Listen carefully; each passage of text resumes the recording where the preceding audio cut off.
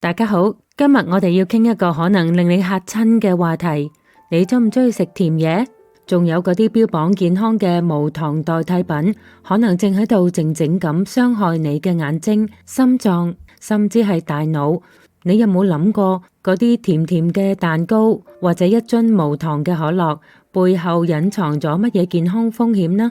根據最新嘅研究，過多嘅糖分會令你近視加深，甚至引發白內障。而人工調味劑呢，佢哋可能令你心血管疾病風險倍增，仲有可能影響你嘅情緒。今日我哋將揭開甜食同健康嘅真相。你可能覺得飲食只會影響你嘅身材或者精力，但你知唔知道佢仲能直接決定你睇世界嘅清晰度？大量攝取高糖、高脂肪嘅食物，可能令你嘅近視越嚟越嚴重，甚至增加白內障嘅風險。等我哋一步步嚟睇睇呢個到底係咩嘅一回事啦。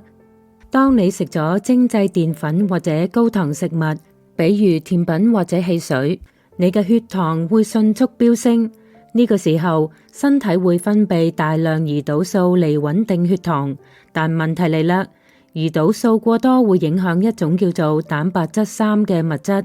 當蛋白質3濃度下降，眼軸亦就係眼球嘅前後長度會變長，眼軸一長，近視就嚟啦，亦可能令而家嘅近視度數加深。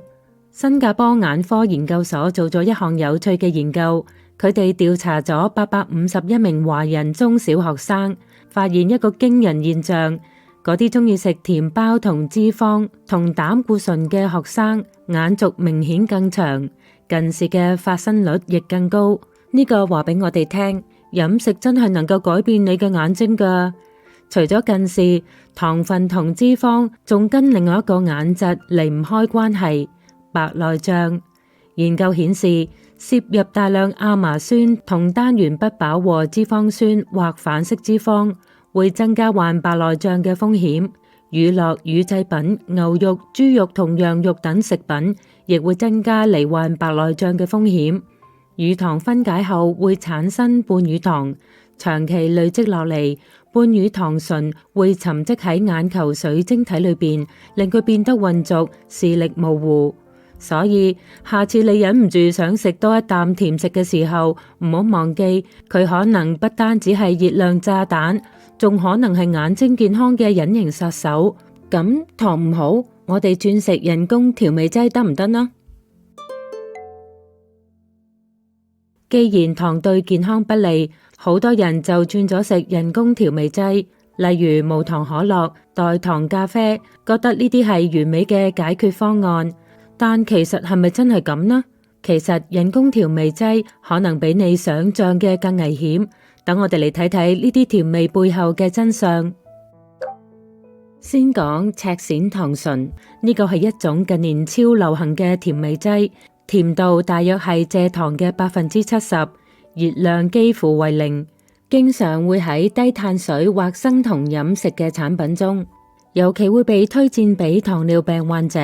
但係自然醫學雜誌嘅一項研究卻敲響咗警鐘，佢哋調查咗4000幾名美國同歐洲嘅心臟病高風險人群，發現血液中赤蘚糖醇含量高嘅人，心臟病或中風嘅風險係正常人嘅2倍。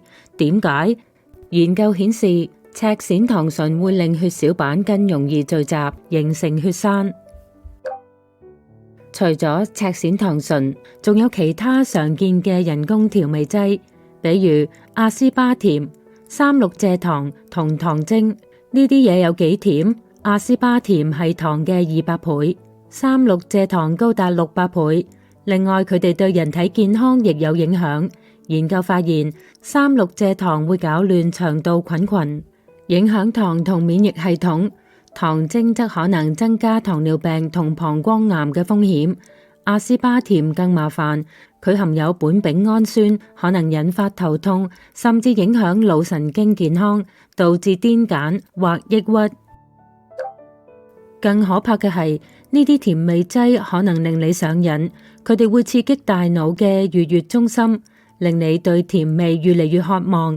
一項涉及26萬人嘅研究發現，經常飲代糖飲料嘅人，抑鬱症風險明顯更高。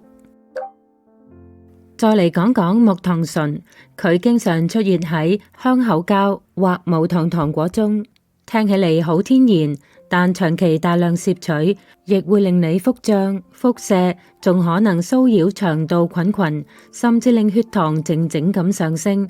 糖尿病朋友要注意木糖醇嘅用量。觀眾朋友，你睇到呢度可能會諗，甜食真係掂都唔可以掂？唔使擔心，我哋唔需要完全戒糖，選啱甜味嘅來源，就能夠滿足味蕾嘅同時，保護眼睛同全身健康。人工代糖，例如阿斯巴甜、3,6蔗糖，可能傷害代謝健康，但天然代糖就係個好選擇。從甜葉菊中提取，零熱量，唔影響血糖，適合糖尿病患者。研究顯示，佢能降低血壓同空腹血糖，穩定胰島素水平。發表喺《自然科學報告》嘅綜述文章表示，羅漢果係繼甜菊糖之後嘅第二種重要嘅天然代糖，佢同樣係零熱量，仲具抗炎、抗氧化功效，對牙齒健康亦有幫助。甜味純正，接近白糖。蜜糖唔係甜味劑，仲充滿營養。同經過高溫殺菌嘅加工蜂蜜相比，生蜂蜜原蜜嘅營養保存較完整，特別係乳酸桿菌等益生菌以及澱粉酶等被保留。生蜂蜜亦被普遍認為更有營養同保健作用。傳統紅糖保留糖蜜營養豐富，含鐵、鋅、鈣、鎂，補血又抗疲勞。中醫話佢溫補脾胃、活血通瘀。現代研究證實有抗氧化同免疫作用，用佢嚟煮薑茶或做甜點，既美味又有益。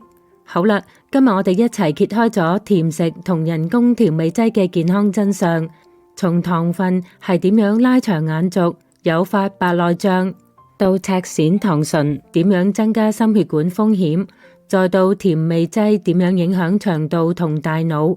呢啲研究提醒我哋，甜蜜嘅背後可能係有代價㗎。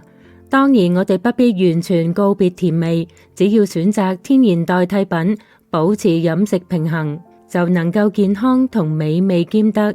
多謝觀眾朋友，今日我哋嘅節目就到呢度。如果你有咩諗法，歡迎喺下方留言區話俾我哋聽。記得訂閱我哋嘅頻道，獲得更多健康小知識。我哋下次再見。